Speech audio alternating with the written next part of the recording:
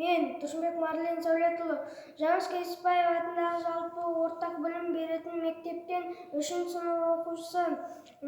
Абай Құнанбаев күз.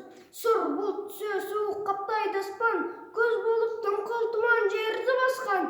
Білмеймін, тойғаны ма, тоңғаны ма, жылқы ойнап, биік ашқан, тай жарысқан, жасыл шөп, бәйшешек жоқ бұрынғыдай, жастар күлмес, жүгірмес, бала шулай. Қайыршы шал кемпірдің түсігі жапырағынан айырылған ағаш қурай. Біреу мама сапсиды, салыбейін, салбыраңқы тартыпты жыртық киім, енесіне үйіртіп шуда жас қатындар жыртылған жамай дүйін қаздырына қатарланып қайтса бермен, астында ақшамшыр ол бір керуен. Қай ауылды көрсең де жабырқаң күлкі ойын көрінбейді сейіл серуен.